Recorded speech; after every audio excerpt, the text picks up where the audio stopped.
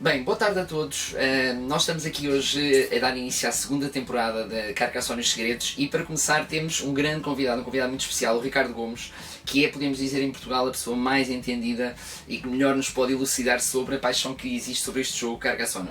Ricardo, obrigado por nos teres aceitado este convite. Obrigado de estar nesta entrevista. Pelo convite. Nós íamos começar com um pequeno desafio para ti. Okay. Temos aqui um pequeno desafio para o Ricardo, muito simples. Ricardo, dentro desta bolsa preta temos 5 componentes que fazem parte de algumas das extensões do Carcassonne.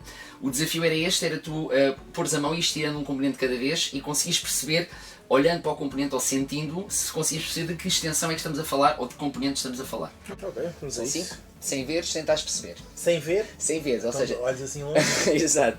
Só tentando, pelo toque, se conseguires detectar alguns deles. Sim. Este é a bruxa. Ok, aqui temos... A bruxa. Depois temos aqui o primeiro. Continuar. Aqui temos o conde. Muito bem, ok, temos aqui o conde também, está certo, boa.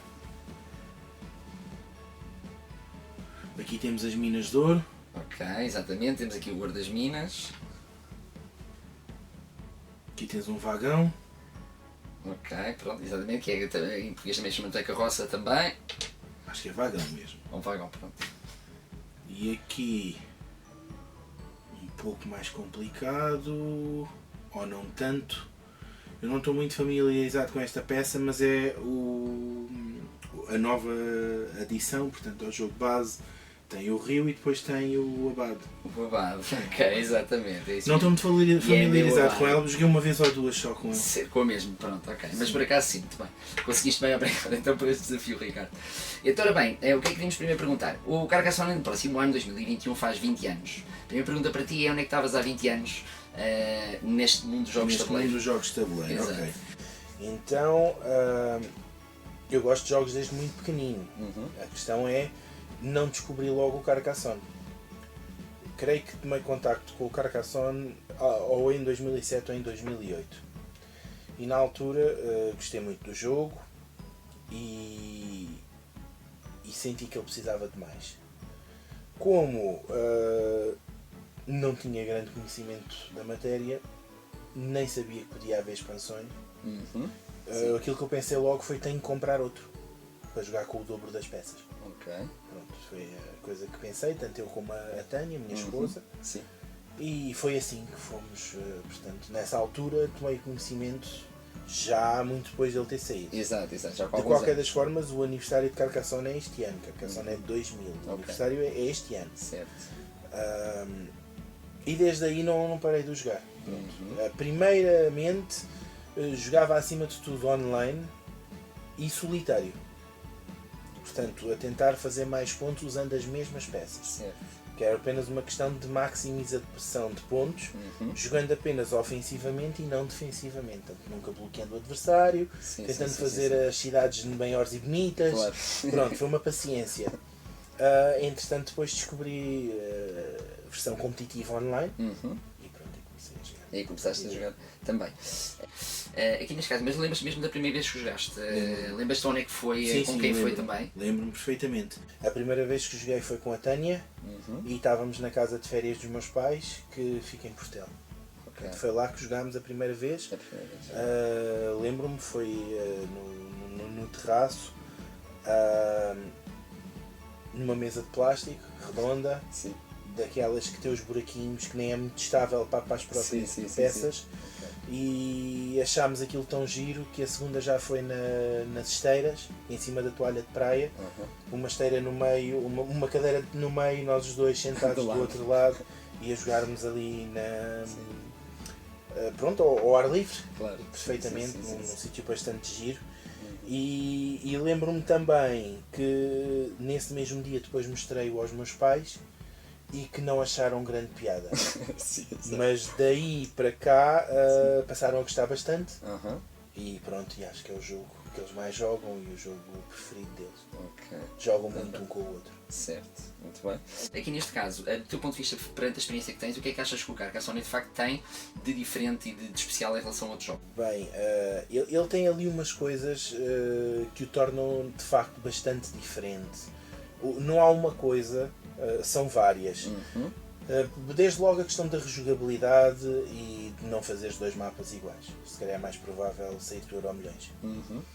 Depois a questão da amplitude do jogo, de dar para 2, dar para 3, dar para 4, dar para 5.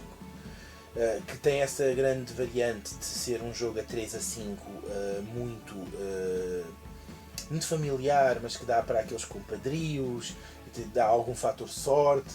E depois a mesma questão completamente distinta no jogo a 2, que é quase um xadrez mais temático, continua a ter um cheirinho de sorte, mas ligeiro. E pronto, ele é muito diferente, inclusivamente no número de jogadores que deixa. Depois tem aquele elixir da eterna juventude, que são as expansões, que se isto já era tudo tão diversificado, diversifica ao infinito. Claro. E é um jogo muito fácil de pôr as pessoas a jogar, é um jogo muito giro de pôr as pessoas a jogar. Tem uma característica que é um pouco parecida com o Catan e com grandes sucessos de longevidade de jogos de tabuleiro, é que os jogadores perdem, mas não perderam por muito. Ou seja, ninguém leva 3 voltas de avanço no Carcassonne. Ninguém leva um Catan a terminar com 2 ou 3 pontos e outro com 10. Portanto, são jogos que raramente se perde, quase sempre se ganha. Exato. Mesmo perdendo pode-se ganhar. Isso ajuda o jogador a querer jogar outra vez, porque ele sente que consegue chegar lá, ou que faltou-lhe um bocadinho assim. Claro. E isso são mais-valias desse tipo de jogos. Do jogo também. Normalmente, do ponto de vista de jogo, preferes jogar apenas a base? Quando jogas, gostas de usar alguma extensão? Há 2 respostas no tempo. Portanto, como te disse, descobri o jogo em 2007 ou 2008. Em 2009, provavelmente, vamos imaginar assim, descobri que tinha expansões. E gostei muito das expansões. Ainda na altura, a forma como olhava para os jogos de tabuleiro não era tanto de jogar metade com o meu jogo e metade com o jogo dos adversários. Era mais jogar o meu jogo e tentar também ser amigo dos adversários e por aí afora. Nessa altura gostava muito de jogar com as expansões. Não achava grande graça ao takeover do boneco grande da primeira expansão, do Meeple a dobrar. E inclusivamente até chegava a dizer que ele era mais giro para ficar ele na tabela de pontos, que era um boneco diferente do que para se jogar. Exato. Tudo isso se foi alterando com o tempo. E de facto eu gostava muito de jogar com expansões, enquanto as expansões não me prejudicavam nos objetivos. A partir de 2012, com o primeiro campeonato nacional de Carcassonne, praticamente as expansões ficaram para o lado, excepto um jogo ou 2 com uma finalidade de encher a mesa da sala e ver até que tamanho é que aquilo fica.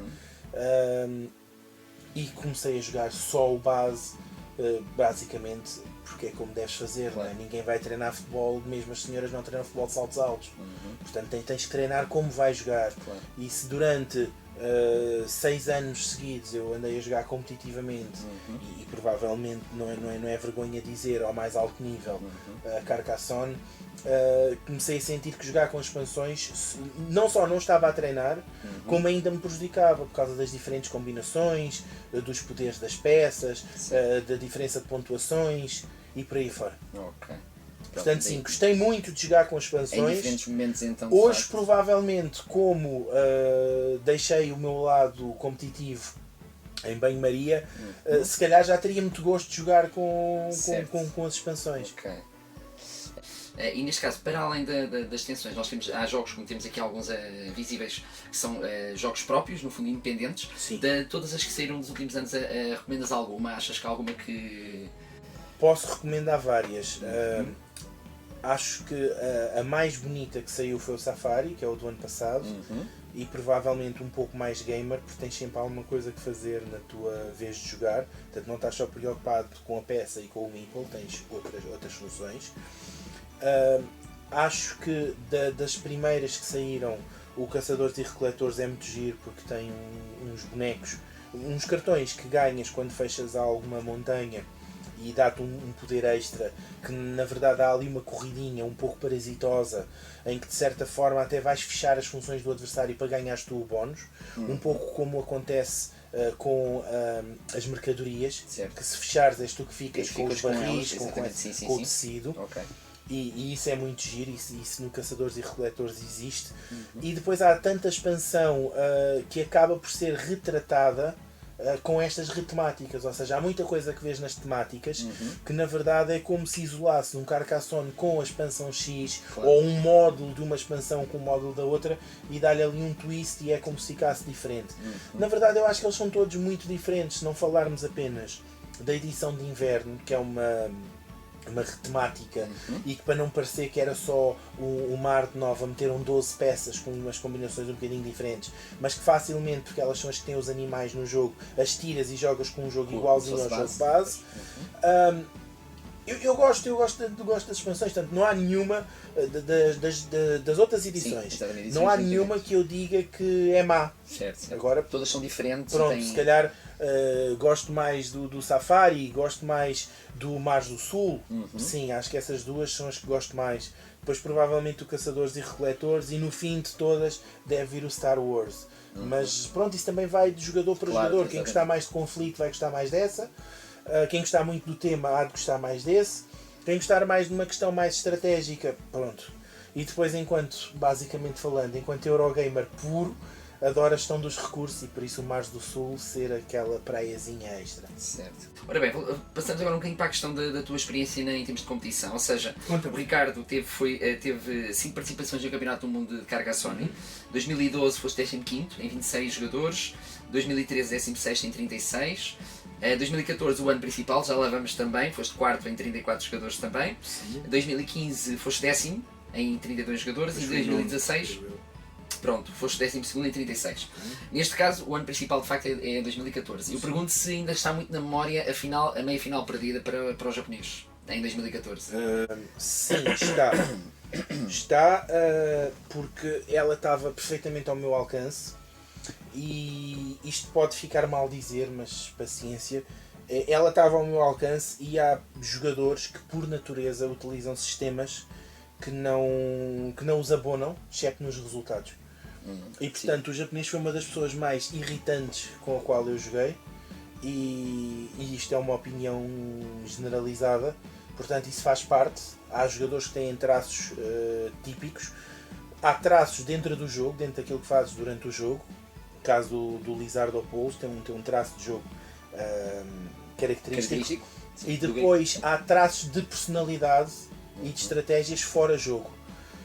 Por exemplo, um outro grande mestre, o Martin Moses, ele gosta de deixar o tempo quase que acabar para que o adversário sinta que já ganhou, que está a jogar com um totó, e de repente ele 1 minuto chega-lhe para fazer o jogo todo e ele nas primeiras 3 peças gasta 10 minutos, tipo, a parecer que está muito nervoso, porque ele sabe jogar, a pegar na peça e jogar e pegar e jogar.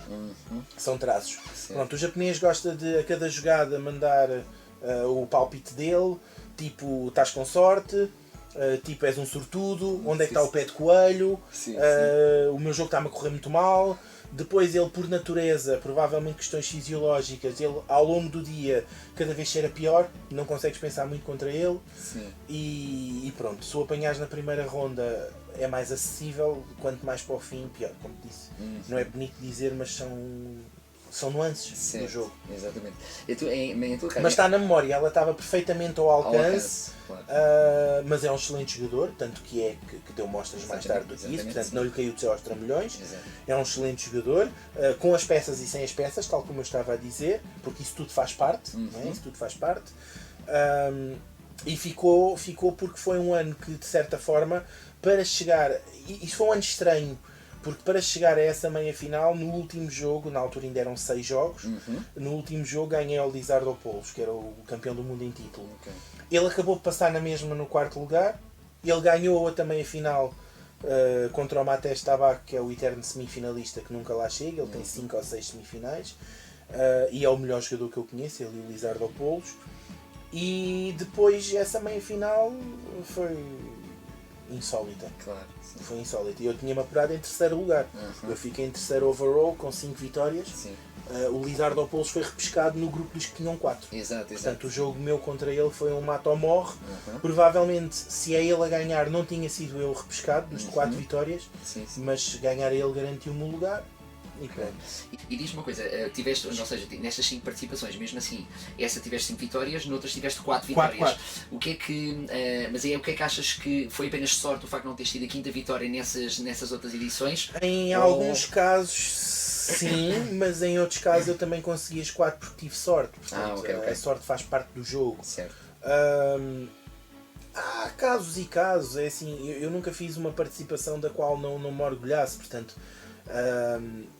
eu na pior das hipóteses estive equilibrado, com 3 vitórias e 3 derrotas. Portanto, eu tenho 3 vitórias e 3 derrotas, 3 vitórias e 3 derrotas, depois 5-1 e 4-2, 4-2 que eu nunca joguei sem ser a 6 jogos. Certo. Portanto, eu nem me posso queixar. Não sei, Luís. Há dias e dias. E o Carcassonne é um jogo que tem uma grande questão estratégica e só me desvalorizaria se não o dissesse, com 5 vitórias nacionais seguidas, mas depois chega ali a um nível, não sei se partilhas a opinião, mas chega ali a um nível em que quando os jogadores estão ao mesmo nível, vai tender, os deuses é que vão decidir quem é que vai ganhar. Sim. Quando estás num campeonato do mundo, aquilo que eu tenho visto é que há sempre ali 10, 12 jogadores que pode cair para um lado ou cair para o outro. Okay, pronto. Eu felizmente estive sempre nessa elite. Se um dia lá voltar. Ok. E diz uma coisa, como já acompanhas o Campeonato do Mundo já há muitos anos, tens sentido, desde o momento em que participaste pela primeira vez, 2012, até agora, tens sentido alguma, do ponto de vista do próprio Campeonato do Mundo, alguma evolução? Te sentes que há mais e melhores jogadores, por exemplo? Tem havido alguma evolução em termos de... Não. Do próprio eu senti... tal como tinha sentido com a primeira participação no Mundial de Catan, eu senti que tendo sido cego agora via, e quem terra de cego quem tem olho é rei. Portanto, eu a primeira vez que ganhei o Nacional de Carcassonne, alguém havia de ter que ganhar. Portanto, quem fosse era o primeiro, alguém tinha que ganhar. Ganhei, tive sorte, ao mérito, ganhei, foi o primeiro. Fui ao Mundial, não fiz figura, fiquei com 3 vitórias, certo, portanto, exatamente. Não fui nenhuma vergonha, mas apalpei muito terreno, vi muita coisa que desconhecia, e a verdade é que ao regressar a Portugal, eu se já tinha ganho nesse ano, é porque algum mérito tive, não pondo aqui uma dose totalmente de mérito, mas ao vir do Mundial eu ainda vim mais forte. Claro. E nesse ano foi mais fácil ganhar o Nacional, e voltei a um Mundial melhor, e ainda regressei melhor, e basicamente houve essa evolução que sentiste. Houve uma evolução. Agora, esta evolução senti acima de tudo da minha parte, porque eu no primeiro ano, se olhares aos jogadores que costumam lá estar, muitos deles são participações repetitivas, e quando não é o mesmo jogador é o mesmo país. Claro. Portanto, há países tradicionalmente fortes. Exato. Essa era uma das questões também Holanda, República Checa, Japão. Exato. A Alemanha não tanto, apesar do primeiro alemão ter ganho vários seguidos. Sim. Mas também não sei como é que era nessa altura, porque a primeira vez que fui já ele não jogava há 2 ou 3 anos. Claro. Mas se reparares, há sempre um ou dois que se imiscuem no meio dos grandes, mas regra geral ou são os mesmos jogadores ou são os mesmos países. Okay. E agora ia perguntar precisamente isso. O que é que tu sentes para que esse conjunto de países que sentes que são no fundo fortes, de onde é que achas que vem essa força? Ou seja, como é que isso se consegue? Tens 2 razões que acho que são meio que essenciais na análise. Primeiro, é um país com cultura de jogo, portanto não aparece ninguém no Mundial a fazer uma grande prova vindo da Suazilândia. Okay. É um país com cultura de jogo, e a segunda é um país com cultura de jogo e nacionais muito bem instituídos. Portanto, se repararmos, na Alemanha um nacional tem 60 e qualquer coisa etapas atualmente, na Áustria imensas etapas, Estados Unidos muitos, e no ano em que abriu, creio eu, acho que foi a primeira participação da Rússia, o jogador russo ganhou, mas o nacional na Rússia teve 8 mil jogadores. Portanto, isso contribui bastante. Okay. E de certa forma é esse o sentido para o qual estamos a trabalhar também em Portugal. Ok, tudo bem. Também um outro aspecto importante, que é, conhecendo tu já a realidade do Campeonato do Mundo e face também ao trabalho que tem vindo a ser feito em Portugal, quais é que achas que são as nossas reais possibilidades do ponto de vista de evolução em termos de resultados no Campeonato do Mundo? A médio prazo. Olha, assim. são ótimas. Temos jogadores fabulosos. A pergunta que me fazias há instantes sobre o campeonato do mundo, se me fizesses no campeonato nacional, a resposta era diferente. Portanto, todos os anos aparecem mais e melhores jogadores, e os que já eram bons estão cada vez melhores. O Ricardo Araújo fez um nacional incrível com 9 vitórias em 9, e é um jogador que é incrível, mas desde sempre foi incrível. Creio que a primeira vez que joguei com o Ricardo Araújo foi no nacional de 2014, uma coisa assim. Com ele joguei até hoje ou 2 ou 3 vezes. Creio que 3, depois houve um nacional que joguei 2 vezes com ele e 2 vezes com a Rita Catarina. E portanto, eu sei que ganhei sempre ao Ricardo, mas nunca ganhei por poucos pontos. Claro, sim, muito equilibrado. Muito equilibrado. O Ricardo sempre foi um jogador excelente, da mesma forma que a vencedora anterior, a Teresa, a primeira vez que joguei com ela, se calhar até foi na final do Nacional 2014, portanto não são jogadores que apareceram agora. Claro.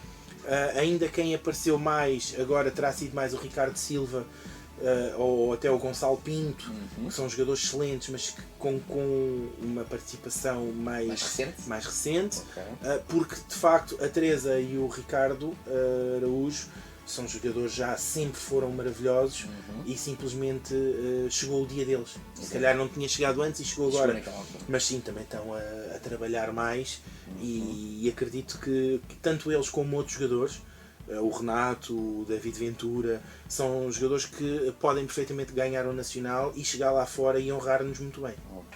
E do ponto de vista, pensando também nessa tua participação também, como é que era, por exemplo, para ti, para Carcassonne, do ponto de vista de treino? Ou seja, como é que treinavas normalmente? Como é que preparavas para poderes fazer a representação lá fora? Olha, treinava jogando todos os jogos que podia, com quem podia.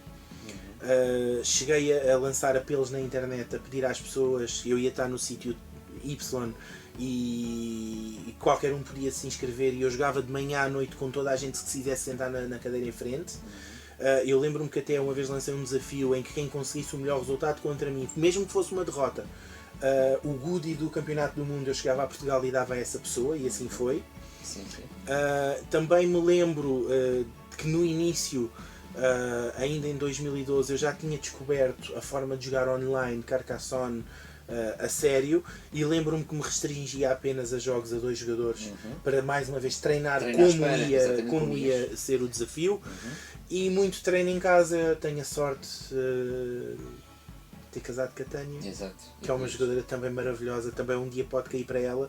Ela já perdeu diversas finais, e pronto, e fui-me desenvolvendo a mim, ao mesmo tempo desenvolvendo-se ela.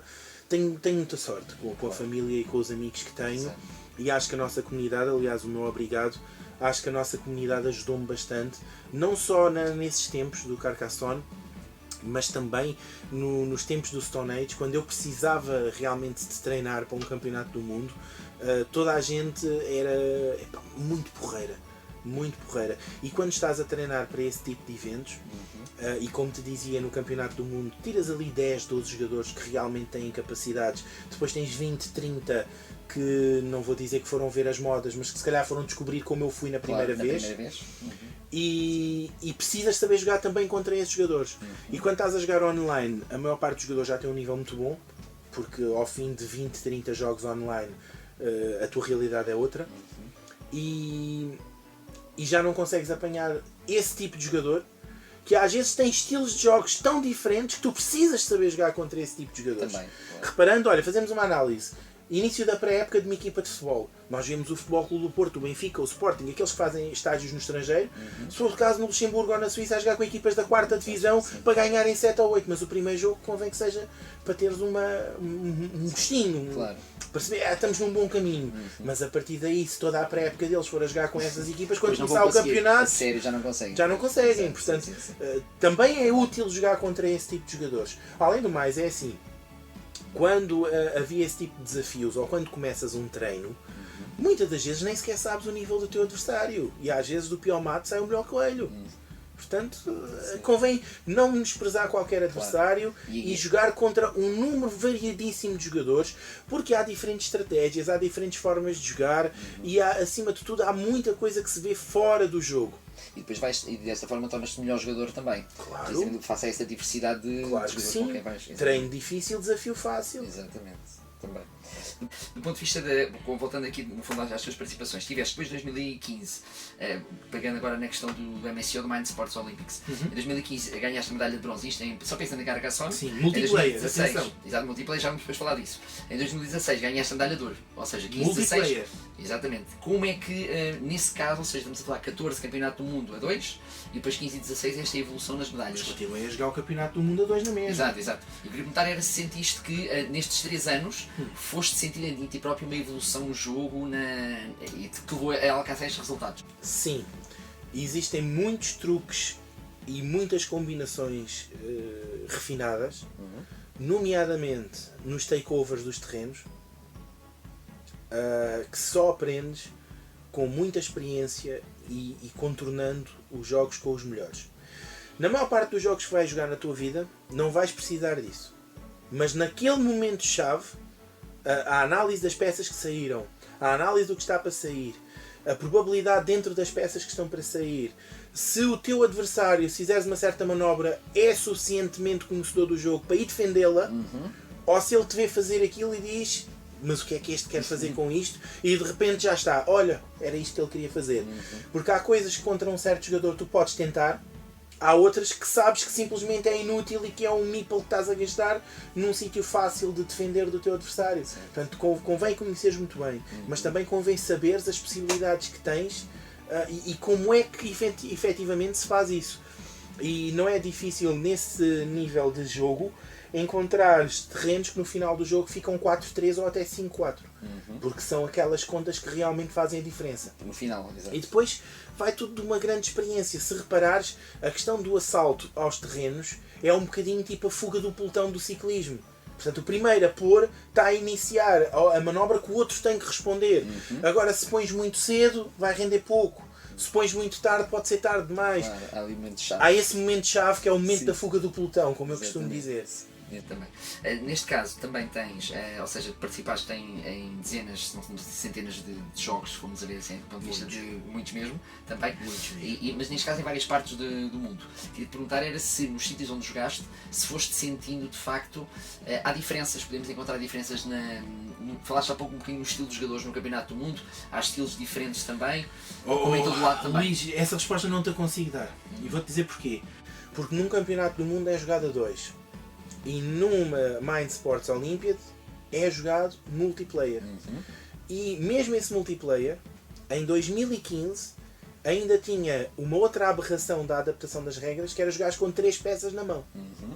Portanto, um jogador que sabe jogar multiplayer, por norma vai ser um jogador que gosta muito de partilhar campos, partilhar cidades, partilhar estradas, porque ele sabe que chegando lá ganha tanto como os outros, e quem se trama é o jogador que simplesmente não beneficia com essa jogada. E Sim. portanto, o estilo de jogo é completamente diferente. Da mesma forma que jogar a 3 é completamente diferente de jogar a 4. Então fala um bocadinho dessas diferenças, até porque quem não conhece o jogo e está mais habituado a jogar apenas em grupos ou então só a 2, de facto o que é que diferencia, do ponto de vista competitivo, jogar a 2 ou jogar ou a 3 ou a 4? Em que é que se no fundo se aposta tem de ser Bem, apostado do ponto de vista do jogo? jogar a 2, basicamente o sol quando nasce é para todos e tu sabes que 50% vai estar para cada jogador e andas ali numa questão de probabilidades. Jogar a 3 já convém saberes do estilo de cada jogador, porque vai depender se ele se vai querer juntar ou se simplesmente em vez de se juntar vai querer destruir. Jogares a 4 ou a 5, bem, o jogo é giro, mas é giro, não é tão bom em termos competitivos. E consequentemente, dado o número de peças que jogas, atenção, 71 a dividir por 4, vai jogar muito poucas vezes tiles, muda completamente. Portanto, basicamente se estás a jogar com 4 ou 5 jogadores, à primeira oportunidade que vejas um terreno que vai dar 6 ou 9 ou 12 pontos, avança. Avança. Exato. A jogar a 2, se calhar para 12 pontos, eu aguardo para ver se não vê uma coisinha melhor. Portanto, é mesmo muito diferente. É mesmo muito diferente. Quando estás a jogar a 4 ou 5 jogadores e começas a construir uma cidade muito grande, já a estás a construir sabendo que ela vai ser muito grande, mas que nunca vai ficar encerrada. A 2 jogadores, ninguém anda a construir uma cidade para ela ficar muito grande. Porque mais vale fazer uma pequena que feche do que uma grande que fica ali com o meeple empatado durante bastante tempo e que ainda por cima numa manobra qualquer de diversão tens um adversário que chega ali, faz-te um takeover e fica com tantos pontos quanto tu. Portanto, muda muito e atenção, parte da alma, da vitalidade do próprio Carcassonne é isto. É um jogo que tem muita variedade, permite um jogo simplesmente recreativo ou um jogo extremamente competitivo, permite quem jogue sem saber as combinações das peças e jogue simplesmente por se divertir e até pode ganhar, e depois permite que o jogo chegue a um ponto de estudo que de facto faz a diferença. Portanto, a diferença não está em saberes... o primeiro passo da diferença sim está aí, saberes quantas peças há de cada. Mas o segundo passo já depende quantas combinações há de cada. Portanto, quantas curvas há isoladas, tendo L campo ou não, tendo duas cidades, dois espaços de cidade ou não, ou tendo um, ou quantos cruzamentos vai haver com esta combinação do outro lado. E para cada tipo de buraco, quantas peças me vão servir. Portanto, imagina, quando tens dois campos laterais com um espaço de cidade e um espaço de cidade, a maior parte dos jogadores está a olhar para ali e diz, eu vou usar uma garganta e fecho uma cidade grande. Mas um jogador com outro tipo de visão, se calhar põe no campo que põe deste lado algo no terreno, à espera que saia as duas que fazem o split e fundir o terreno todo ao outro lado. Depois isto vai tudo uma questão de análise, ver o que é que está, o que é que não está. Será que eu ganho mais com isto, ganho mais com aquilo? Não sei. E mesmo nesse sentido, atenção, é um tópico interessante. As regras do Carcassonne evoluíram tanto que te permitem beneficiar das cidades em todos os terrenos que venhas a fazer. Exato, sim. Que antes não é? E antes não, antes se pontuavas de um lado já não ias pontuar do outro. Ia complicar bastante as contas, o jogo ficava menos estratégico e pronto, foi uma decisão que de facto fez diferença. Mais ainda do que tornar as cidades de 2 espaços em 4 pontos. Isso na verdade até veio adicionar alguma sorte ao jogo. Mas não lhe trouxe mal. Sim, agora, a dos campos poderes beneficiar por onde for, sim, pode ter uma grande... Seria excepcional. Exatamente. Do ponto de vista também de treino e de competição, sentes que o facto de se poder jogar online acaba por ser... ou seja, também mais valia para quem quer treinar o jogo e conseguir ter... Total mais valia. Até porque, atenção, quando começa a dizer que os campeonatos nacionais portugueses hoje têm uma série de jogadores com grandes capacidades, e contra mim falo, atenção, o primeiro, o segundo nacional, se calhar havia 2 ou 3 pessoas que podiam dar alguma luta. Atenção, isto não é desprestígio dos demais, só desprestigia a minha vitória, que não dá tanto valor. Sim. Mas nessa altura, para fazeres um desafio que fosse de facto emocionante e exigente o suficiente, de modo a se poder dizer foi um bom treino para um campeonato do mundo, era acima de tudo com jogadores online. Até porque hoje, que pessoalmente conheço uma data de jogadores, tive o privilégio de os defrontar ou simplesmente conviver com eles num campeonato nacional, hoje com essa situação eu até posso combinar com eles e encontrarmos numa casa ou na outra, ou alguns a meio caminho, e simplesmente jogarmos. Mas nessa altura nem essas pessoas eu tinha, ao ponto de dizer, olha, queres jogar comigo? E portanto eu até te digo o seguinte, a primeira vez que alguém ganhou um nacional sem ser eu foi o Ricardo Silva, e eu emprestei-lhe logo o meu relógio de xadrez e voluntariei-me para treinar com ele. Porque quem me dera a mim, que ao longo dos anos que eu competia com outra força, que tivesse essa hipótese, portanto, de ter um relógio de xadrez para treinar antes de ir ao Mundial. O meu primeiro Mundial, eu olhei para a caixa e nem sabia o que é que aquilo era.